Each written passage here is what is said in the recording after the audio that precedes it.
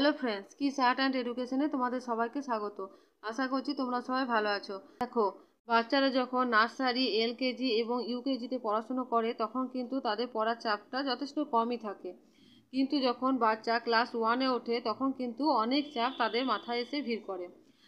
Class 1-এ বাচ্চাদের যতটা বয়স সেই হিসাবে কিন্তু পড়ার চাপটা অনেকটাই বেশি থাকে। আর সব থেকে যেটা ক্লাস 1-এ বাচ্চাদের প্রয়োজন সেটা হচ্ছে রিডিং পড়া শেখানো। এই ক্লাস 1-এ উঠে বাচ্চাদেরকে রিডিং পড়া অবশ্যই শেখাতে হবে। আজকে তোমাদের সাথে সেই টপিক নিয়ে আমি আলোচনা করব। তাই আমি এই টপিকটা নিয়ে ভিডিও বানাচ্ছি যে বাচ্চাদেরকে কিভাবে রিডিং পড়া শেখাবে। যদি ভিডিওটা ভালো লেগে থাকে তাহলে প্লিজ লাইক শেয়ার করো এবং চ্যানেলে নতুন হয়ে থাকলে চ্যানেলটাকে সাবস্ক্রাইব করে দিও। আর যদি কিছু তোমাদের কোশ্চেন থাকে প্লিজ কমেন্টে জানিও। তো চলো আর দেরি না করে ভিডিওটা শুরু করছি। বাচ্চাকে দিয়ে যখন রিডিং পড়াবে তখন যে কঠিন কঠিন ওয়ার্ডগুলো আছে সেগুলো বাচ্চাকে প্রথমে মুখস্থ করিয়ে নেবে। স্পেলিংগুলো, এই স্পেলিংগুলো যদি বাচ্চাদের হয়ে থাকে তাহলে কিন্তু রিডিং পড়তে অতটা কষ্ট হবে না।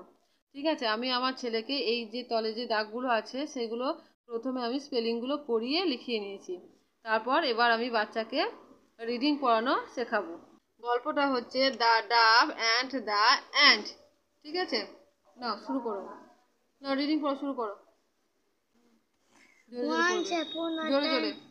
Once upon a time, an ant was walking along a path made by his forest friends. That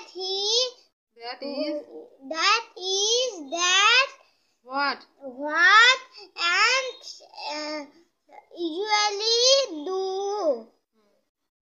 One ant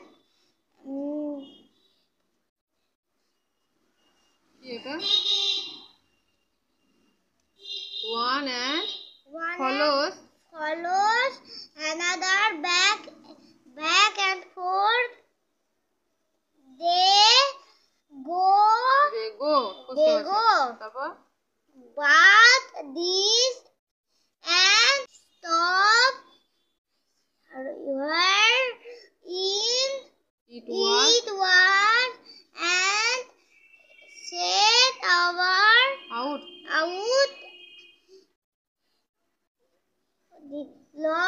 Loud. I am thirsty.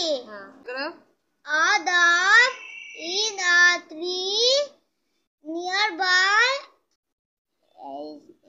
They had been walking the long. স্পেলিংটা ঠিক করো। স্পেলিংটা ঠিক করো, এটা পড়ো স্পেলিংটা পড়ো।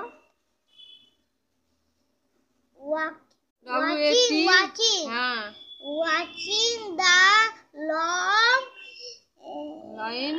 line of ants. Just then the dog heard the ant say again I am thirsty.